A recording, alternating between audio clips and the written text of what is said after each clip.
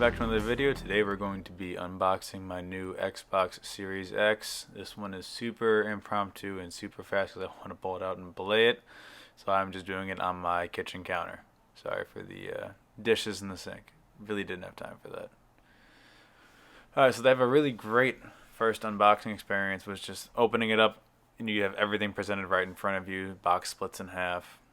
First, let's pull out the controller. This is the new Xbox, or new quotation marks, Series X controller. Unfortunately, they still include AA batteries because that means there are no rechargeables that come with this. I mean, simple as including a battery pack that you could charge via USB-C would be appreciated. I mean, if they want to make it so you could hot swap batteries, I get that. I like that. That's fine, but just include rechargeables so we could charge this. But the D-pad is different. That's what's new, mainly to me. I mean, the shape is mildly different. It does feel a little bit better. It is still one of the best feeling controllers, but it does fall behind the PS4 in some key ways. This is just sort of a quick start guide. And then there's some more foam in there. Comes with a nice HDMI 2.1 cable. That's always good to see because these cables are a little bit on the expensive side. I already have a couple of them, but that's alright. And the power cable, which isn't as thick as I thought it would be, but really doesn't matter. And so some of the things that I don't like about this compared to the PS4 is just the controller, honestly. So the PS4 controller has rechargeable batteries built in, a microphone, haptic triggers, and better haptics all around. I've used one and it feels absolutely fantastic, especially on first-person shooters. So on top here we got the vents with this green sort of paint to make it look like the fan is green or a green LED, which it's not. I like that. There's a back vent there in case there's something on top. There's one of the intakes on the bottom. A lot of open space in there, so they feel like they could have done a bit more with that. Ethernet, HDMI, the expandable hard storage, 2 USB 3.0s, 1 USB on the front. There's the power button. It's got an alright click to it. I'm glad they didn't do the touch ones. That's the controller pair button. There's some feet on the bottom, so you could lay it on the side. I like the look of it vertical a bit better. It is better looking in person now that I have it.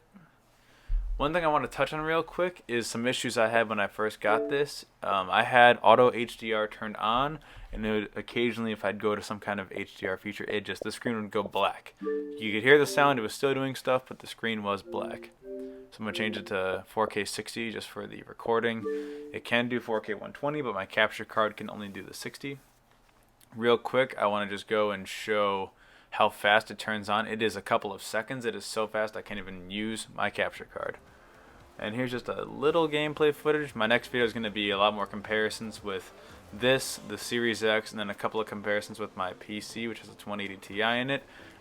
Just look at the sort of ray traced, or not necessarily ray traced, but reflection items that are shown in the tree there.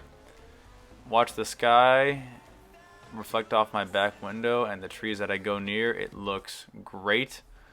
I absolutely love the look of everything. It's not quite as good as the PC, but it's very, very close. So I'm not going to share a whole lot of thoughts about this in this current video. This is just more of a quick sort of first impressions and unboxing.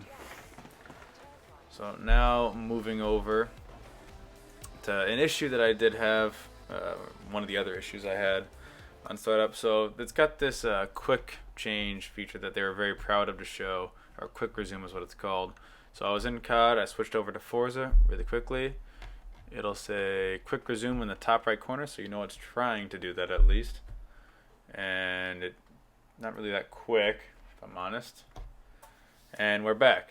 And now let's go try and play. And it froze. And then now the game crashes. All the way back to the menu, takes a couple seconds. Now if we try to go back to Cold War, it goes all the way back to the very first menu. So some of the features they were advertising this in the beginning that were their big selling points, I don't think are what you should buy this console for. But like I said, I'll share my opinions to the next video. Thanks for watching.